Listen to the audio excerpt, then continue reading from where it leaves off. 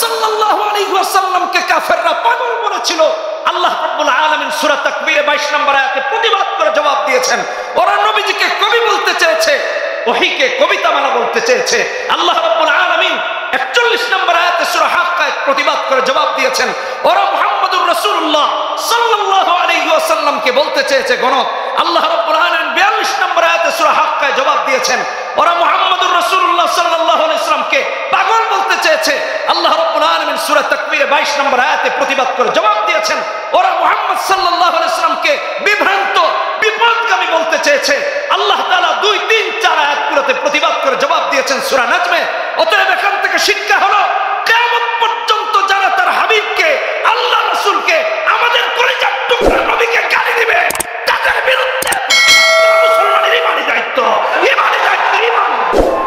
يهده فلا مضل له ومن يضلله فلا هادي له ونشهد أن لا إله إلا الله وحده لا شريك له ونشهد أن سيدنا ونبينا ومولانا محمدا عبده ورسوله أما بعد فقد قال الله تعالى في كلامه المجيد وفي فرقانه الحميد أعوذ بالله من الشيطان الرجيم بسم الله الرحمن الرحيم والنجم إذا هوى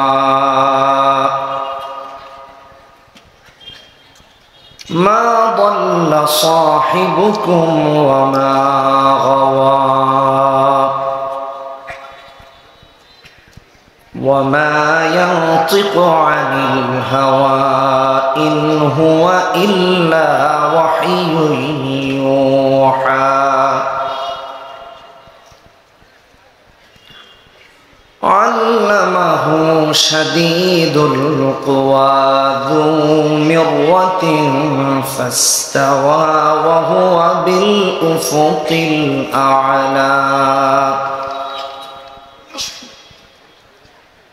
ثم دنا فتدلى فكان قاب قوسين أو أدنى فأوحى إلى عبده ما أوحى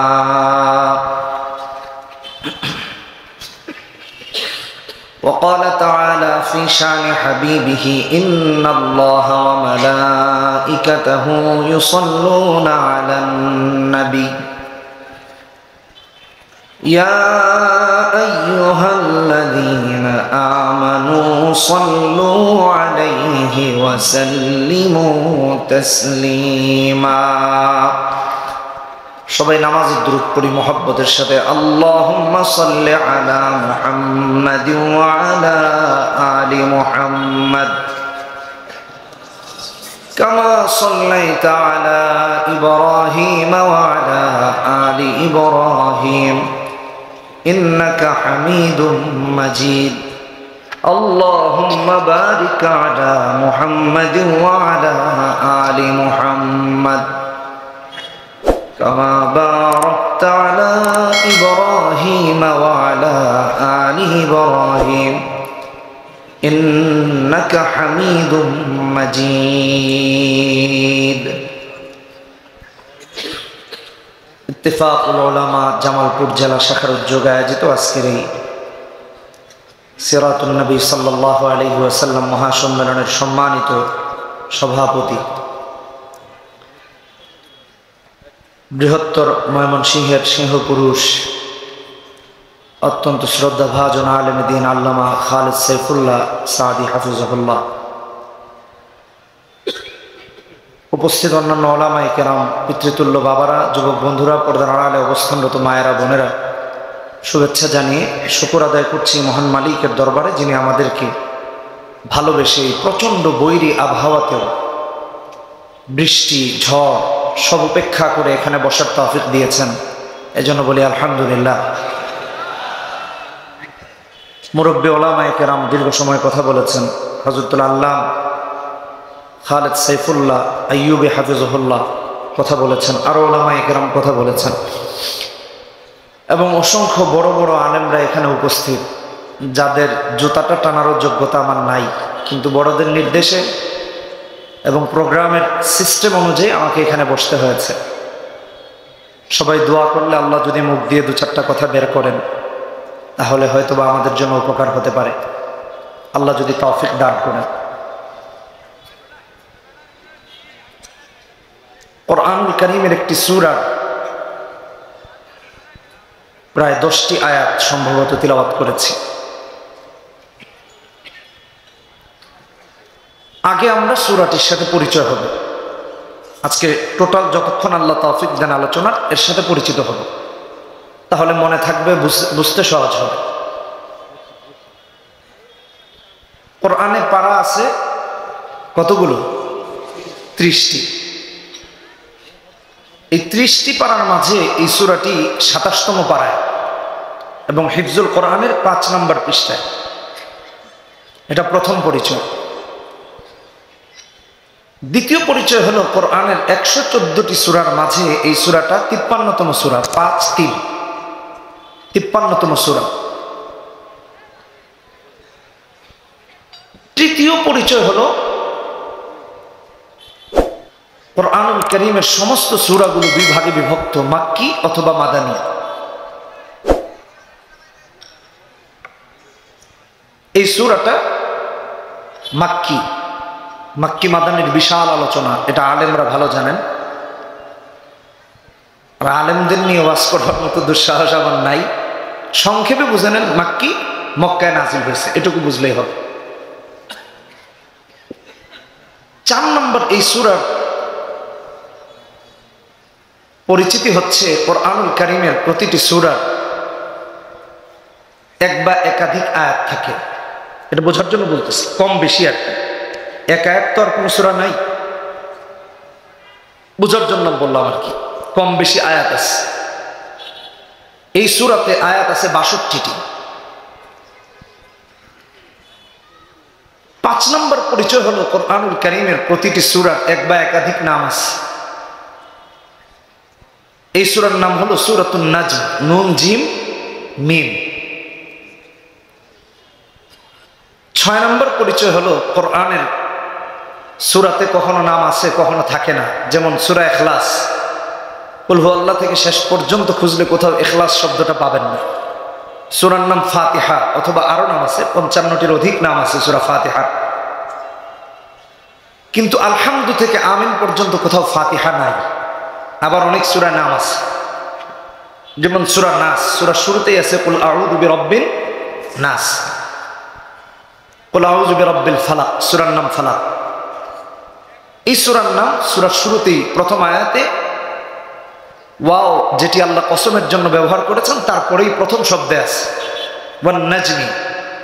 এখানে নাজমুন শব্দটা সূরার নাম, এটা আবার আল্লাহ তুলে ধরেছেন আয়াতের মধ্যে।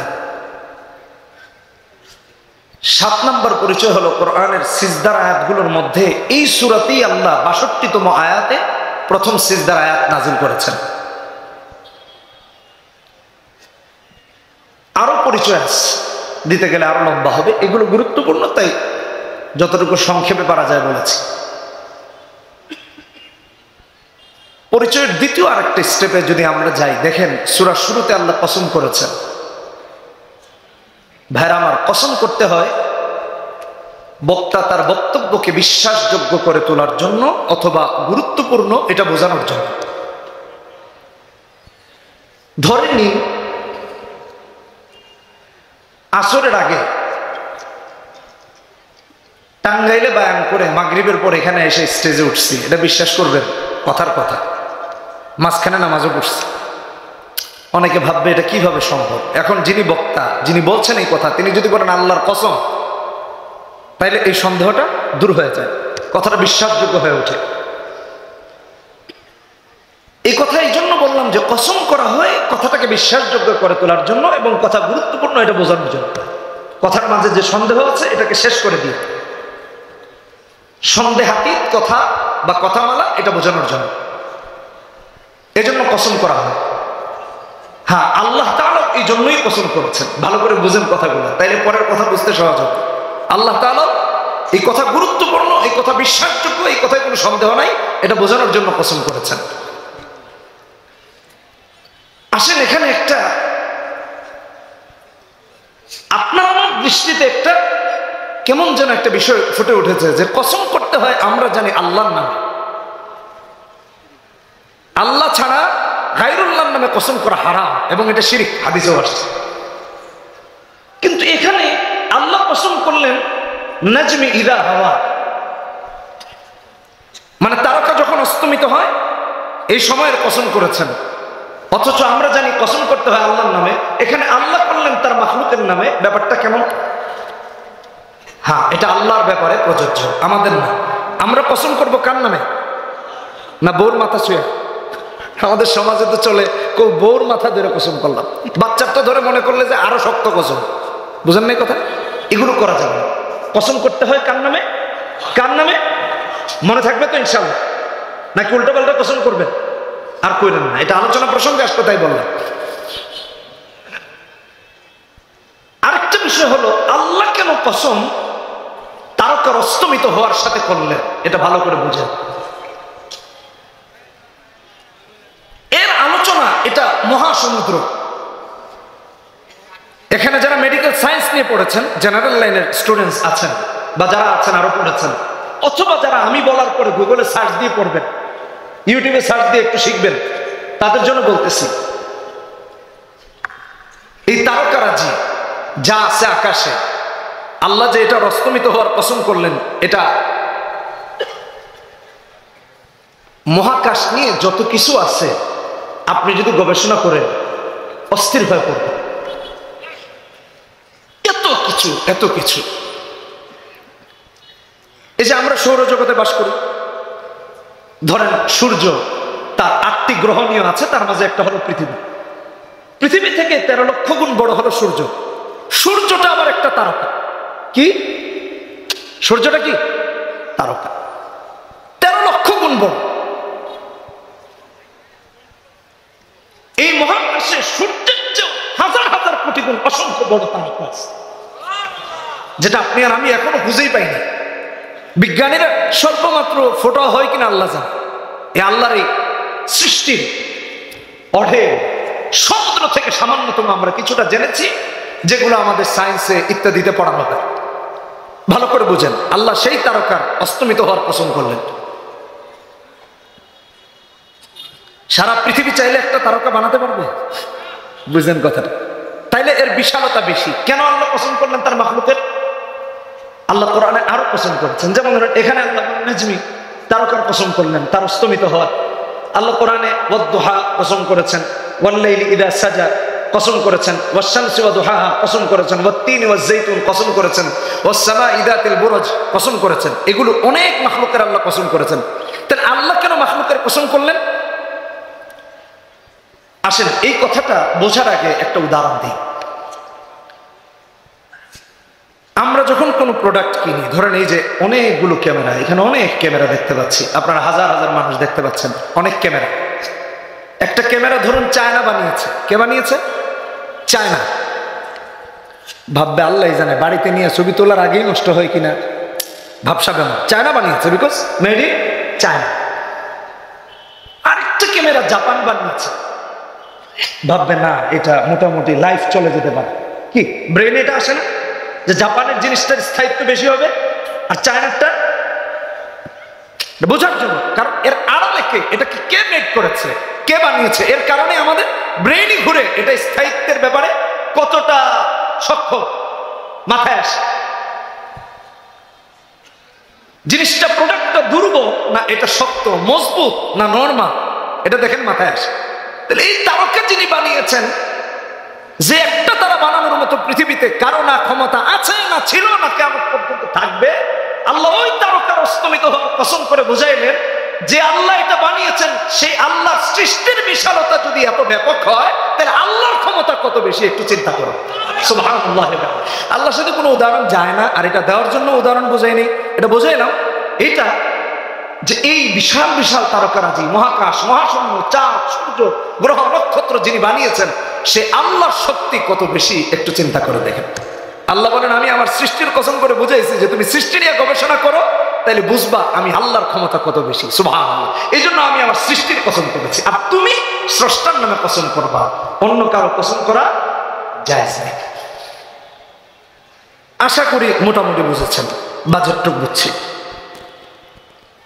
আসেন এখন কসম করে যে কথাটা বললেন, এটা কতটা গুরুত্বপূর্ণ, এটা বলার জন্য আল্লাহ কসম করেছেন। কিন্তু এখানে একটা কথা না বললেই না। খুতুবাতে জুলফিকার ফকির জুলফিকার নকশবন্দি রাহিমাহুল্লাহ লিখেন,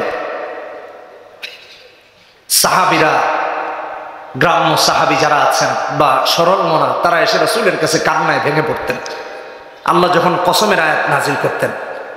জিয়া রাসূলুল্লাহ সাল্লাল্লাহু আলাইহি ওয়াসাল্লাম, কসম তো করা লাগে কেউ যদি বিশ্বাস না করে তারে বিশ্বাস করানোর জন্য। আমরা আল্লাহ বলছেন এটাই তো না বিশ্বাস করার জন্য, আল্লাহ কি আমাদেরকে কসম করে বলা লাগে? কান্নায় ভেঙে পড়তেন, ইয়া রাসূলুল্লাহ, ইয়া হাবিবাল্লাহ, আল্লাহ আমাদেরকে বিশ্বাস করানোর জন্য কসম করা লাগে? আমার ভাইরা, এটা ছিল সাহাবীদের যুগ। আর 23 সালের যুগ কি? আল্লাহ যে কসম করে বলছেন এটা শোনার পরেও মানতে চায়। ওটা 1450 বছর আগের যুগ। যে রাসূলুল্লাহ সাল্লাল্লাহু আলাইহি সাল্লাম, আল্লাহ আমাদেরকে বিশ্বাস করাইতে হবে, আবার তার জন্য কসম করে দেব? আমরা তো আল্লাহ বলছেন এটাই তো ঠিক আছে, কসম করা লাগে না তো।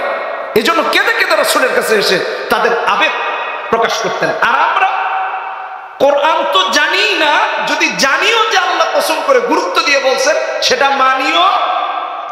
দেখেন আমাদের জাহালাত কোথায় গিয়ে পৌঁছেছে, এবং কোরআন সুন্নাহর জ্ঞানের শূন্যতায় আমরা কোথায় আছি। আল্লাহ আমাদেরকে বুঝবার তৌফিক দান করুন। আমিন। এখন আসেন কসম করে আল্লাহ কি বললেন। এমন কি কথা যেটা বলতে গেলে আল্লাহ কসম করলেন? মা দাল্লা সাহিবুকুম ওয়া মা গাওয়া। এই আয়াতের আলোচনা করার আগে আমি আবার একটু 1450 বছর আগে যেতে চাই। মুহাম্মদ সাল্লাল্লাহু আলাইহি ওয়াসাল্লাম পৃথিবীতে আগমন করেছেন 20 এপ্রিল 571 খ্রিস্টাব্দ, মতান্তরে 70,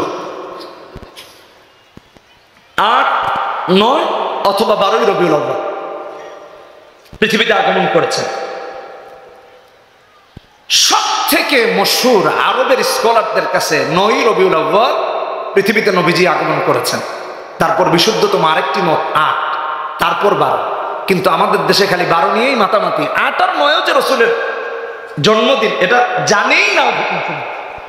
কথা বুঝেন নাই? মনে রাখেন, ভুলে যায়।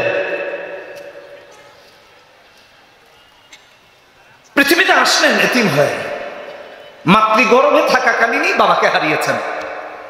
আব্দুল্লাহ ইন্তেকাল হয়ে গেছে, মুহাম্মদ বিন আব্দুল্লাহ বিন আব্দুল মুত্তালিব।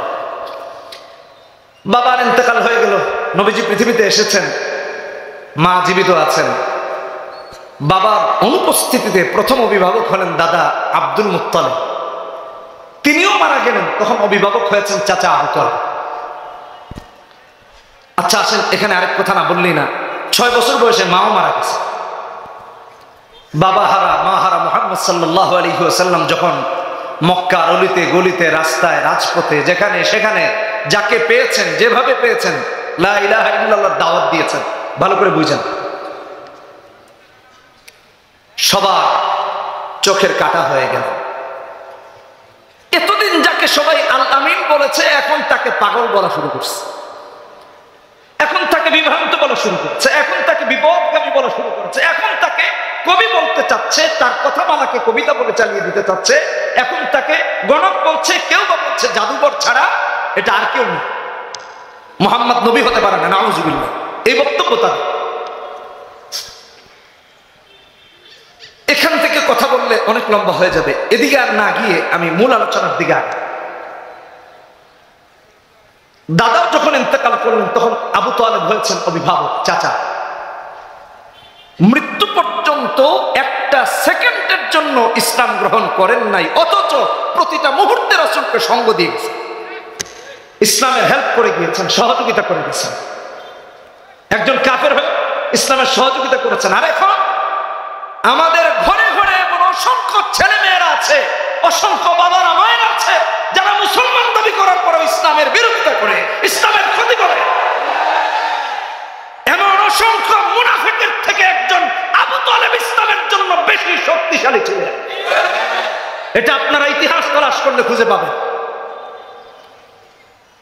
মুসলিমের 141 নম্বর হাদিসের বিশদ বর্ণনা আছে যে তিনি মৃত্যু পর্যন্ত ঈমান আনেন নাই। শেষ সময় রাসূল তাকে দাওয়াত দিয়েছেন, গ্রহণ করেন নাই। আবার সূরা কাসাসে আল্লাহ আয়াত নাযিল করেছেন, 56 নম্বর আয়াত, রাসূলকে সান্ত্বনা দিয়ে, কারণ নবীজি মন খারাপ করেছেন। বলতে গেলে আলোচনা লম্বা হয়ে যাবে। সমস্ত উলামায়ে কেরামরা আছেন, আল্লামা আব্দুল বাসেত খান হাফিজাহুল্লাহ চলে আসছেন, এজন্য আমার সময় যে কোনো সময় শেষ হয়ে যেতে পারে, আমি সামনের দিকে আগে। মা দাল্লা সাহিবুকুম ওয়া মা গাওয়া। আল্লাহ কেন এটা কসম করে বললেন?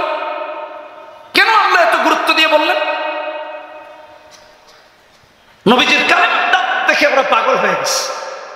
কেউ নবীকে এটা বলে, কেউ ওটা বলে, কেউ এটা বলে, মানে মানুষের কাছ থেকে নবুয়তকে ঢেকে রাখতে চাচ্ছে। মুহাম্মদ সাল্লাল্লাহু আলাইহি ওয়াসাল্লামের রিসালাতের দায়িত্ব থেকে মানুষকে বিমুখ করার জন্য, লাত, মানাত, উজ্জা, হুবলের দিকে মানুষকে ধাবিত করে তাওহীদ থেকে বিমুখ করার জন্য এগুলো বলতে লাগছে। আরো কত আজেবাজে কথা বলতো। কাফের বেঈমানরা যখন আল্লাহর হাবিবকে নিয়ে মিথ্যাচার শুরু করেছে, মিথ্যা অপবাদ দেওয়া আরম্ভ করলো, আল্লাহ রাব্বুল আলামিন একের পর এক ওহী নাজিল করে তাদের অপবাদগুলোর জবাব আল্লাহ কোরআনে দিয়েছেন আর বলেছেন, কিয়ামত পর্যন্ত আমার রাসূলের ব্যাপারে যখনই যারা মিথ্যাচার করবে, কোরআন থাকবে, কোরআন আছে, অতএব তাদের কোনো অপবাদ আমার কালামের সামনে টিকবে না।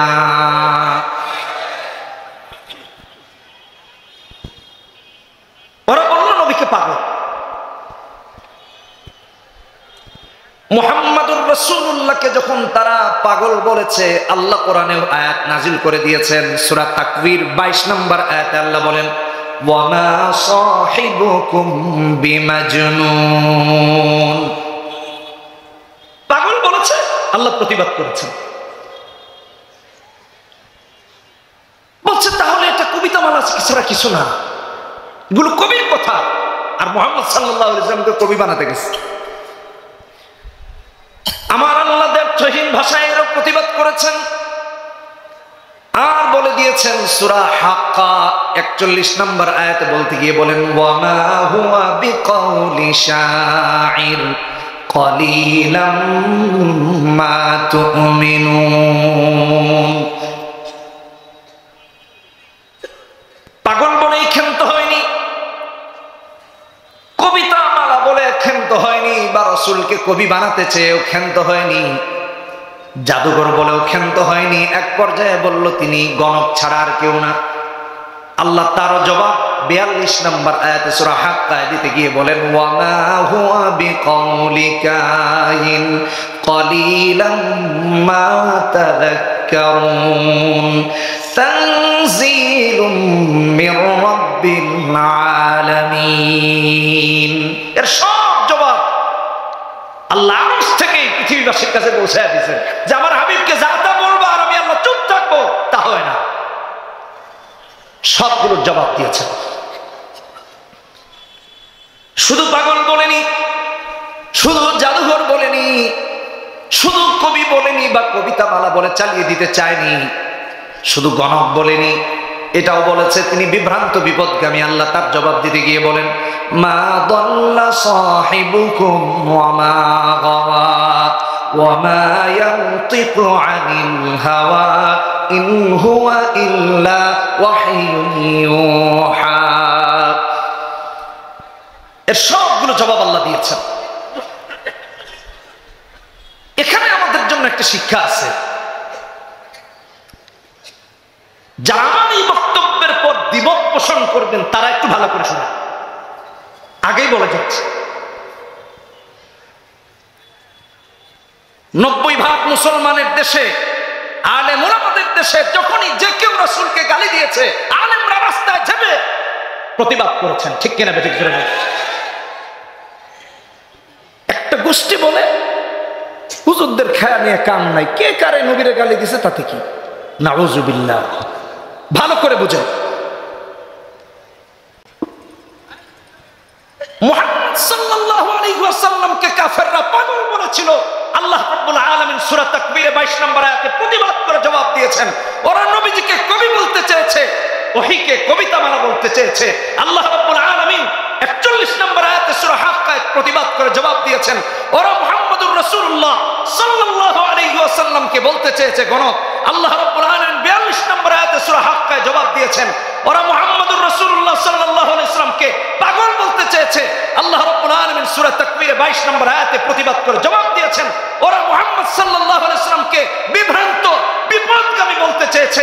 আল্লাহ তাআলা 2, 3, 4 আয়াতগুলোতে প্রতিবাদ করে জবাব দিয়েছেন সূরা নাজমে। অতএব এখান থেকে শিক্ষা হলো, কিয়ামত পর্যন্ত যারা তার হাবিবকে, আল্লাহ রাসূলকে, আমাদের কলিজার টুকরা নবীকে গালি দিবে, তাদের বিরুদ্ধে প্রতিবাদ করা মুসলমানের ইমানি দায়িত্ব। ইমানি দায়িত্ব, ইমান।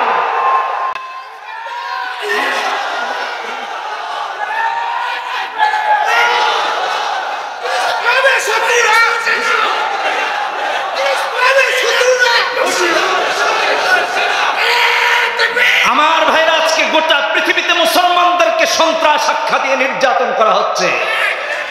পৃথিবীর আনাচে কানাচে লক্ষ্য করে দেখুন, ফিলিস্তিন যার জ্বলন্ত প্রমাণ। মুসলমানদেরকে সন্ত্রাস বলা হচ্ছে, এটা আজকের না। আবু জেহেল, আবুল আহাবরাও করেছে। মুহাম্মদ সাল্লাল্লাহু আলাইহি ওয়াসাল্লামের আদর্শ দেখলে মানুষ মুসলমান হয়ে যাবে, তাই তার থেকে দূরে রাখতে চেয়েছে। বুঝেননি? একটা দৃষ্টান্ত দিই। নবীজির চরিত্র জানি আল্লাহ বলতে গিয়ে বলেছেন সূরা কালামে 4 নম্বর আয়াতে, ওয়া ইন্নাকা লাআলা খুলুকিন আযীম। সুবহানাল্লাহ। এত সুন্দর চরিত্র যদি কেউ দেখে, অমুসলিমরা কালেমা পড়ে ইসলাম গ্রহণ করেছে, এরকম হাজার হাজার দৃষ্টান্ত কিয়ামত পর্যন্ত পৃথিবীতে থাকবে। আপনারা খোঁজ নিয়ে দেখেন। আমি এক কথায় সব বলব, ভাইরা, আল মাগাজি লিল ইমাম মুসা ইবনে উকবা প্রথম খণ্ডে 46 নম্বর পৃষ্ঠায় রাসূলের এমন একটি আদর্শিক দৃষ্টান্ত উপস্থাপন হয়েছে। বদরের যুদ্ধ হয়েছে, 70 জন ইসলামের দুশমনকে হত্যা করা হয়েছে, 70 জনকে বন্দী করা হয়েছে। ইসলামের দুশমনদের খুব মন খারাপ, ওরা বিমর্ষ চেহারা নিয়ে মাতাফে ঘুরে বেড়ায়। তাদের মাঝে থেকে দুজন, উমাইর ইবনে ওহাব আল জুমাহি আর সাফওয়ান ইবনে উমাইয়া, দুজনের সাথে দেখা হয়েছে। সাফওয়ান বলছে উমাইরকে, কি অবস্থা তোমার? বলছে না, মনটা ভালো না। বলে কেন? বলছে আমার ছেলেকে মুহাম্মদ বন্দী করে রেখেছে, এজন্য মন খারাপ। 70 জন বন্দী, তার মাঝে একজন উমাইরের ছেলে। সাফওয়ান বলছে আমারও মন খারাপ। বলে কেন? বলছে দেখো আমার বাবার তো মেরেই ফেলেছে। উমাইর বলছে এর প্রতিশোধ আমি যদি তোমার মতো ধনী হতাম তাইলে নিতাম, কিন্তু আমি তো গরিব মানুষ, আবার ঋণগ্রস্ত, ঋণ পরিশোধেরও ক্ষমতা নাই, আবার কিছু যদি আমার হয়ে যায় পরিবার চলারও সম্পদ আমার নাই।